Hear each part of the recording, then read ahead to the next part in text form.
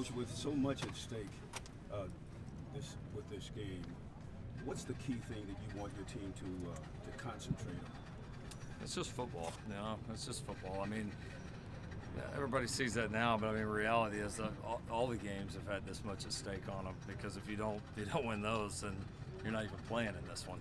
You're at home and getting ready to go out recruiting, and players aren't practicing like 99% of the other teams out there. So it's a privilege to be able to practice right now, to have a game this week, and we've progressed as a team. I think we'll continue to do it, but I mean, for us, it's playing ball, and it's what this team enjoys to do, and we've gotten better. We need to take those steps again this week and keep the same approach that we've had. But isn't it ironic that the team you're playing is the team that gave you your only loss this year, and it's for all the marbles, so to speak? Yeah, no, it's great that it worked out that way. I mean, it's a championship game. I mean, you're gonna play a good team regardless. Like, I don't think we would be any more or less excited if it was anybody else. I mean, I've actually been in this situation twice where the one team or one of the teams that got us during the year, we ended up playing later on. So I mean, this is not a revenge game, and that's not what this is. We played a really good football game, as did Utah up in Salt Lake. It was a elite college football game. Came down to one play here or there. They got us that time. But this is not about that game. This is a new game, a new challenge, a new setting. Teams have evolved. Both teams have changed, certainly throughout the year. So this is about that, and obviously the opportunities at hand. Lincoln, yesterday was the year anniversary of you officially being hired here. When you look back a year later, anything that really stands out from that sort of whirlwind 24, 48 hours? There is. I mean, honestly, we're in the middle of a short week right now. It's kind of not. It's not on my mind. I'm sure in the off season, as once the year winds down, I'll think about it a little bit. I mean, it was a crazy time. It was a lot going on. Feel about right now like I did then. It's kind of when you do sit back for a second and think about where we were a year ago, and kind of some of the things that have transpired for this team and the program during the time. It's fun to think about, but it's just not the time and place right now. I get everybody's talking, it's been a year, and that's been great, but the main thing right now is this opportunity that we've worked so hard over the past year to put ourselves in front of, and so we came here to get an opportunity to play in games like this with opportunities like this, and it's exciting for us that we get to do it here in year one. Lincoln, you've had success in the past in rematch games. What is the key to preparing for playing a team a second time? Well, I mean, it's a challenge still. I mean, there's certainly you get into a game and both sides.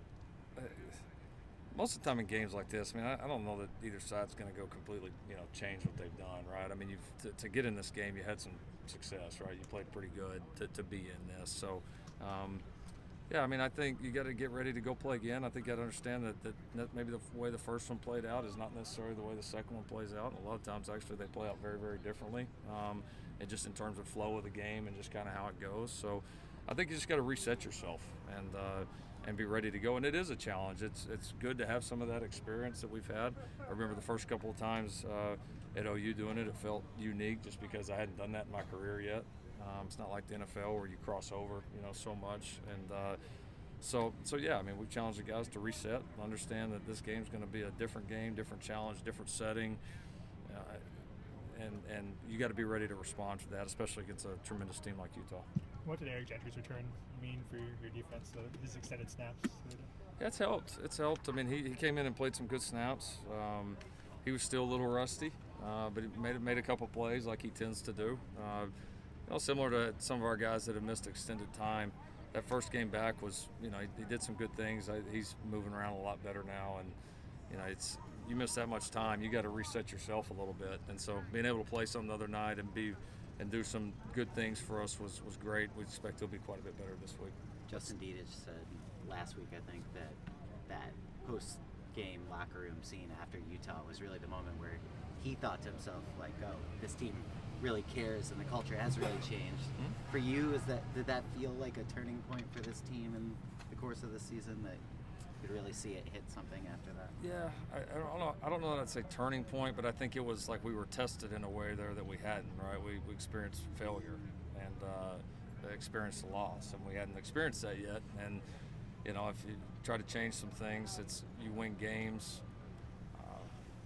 Everybody's happy, things are moving along. It hadn't been tested in that way, so you wonder, all right, you lose a tough game like that on the road in the fashion we did right there at the last second.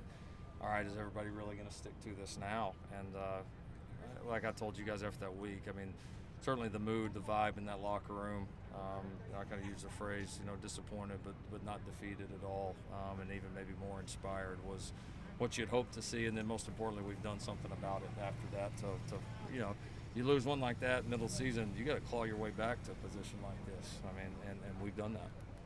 In what way, if at all, would you say Utah is a different team than when you played in October?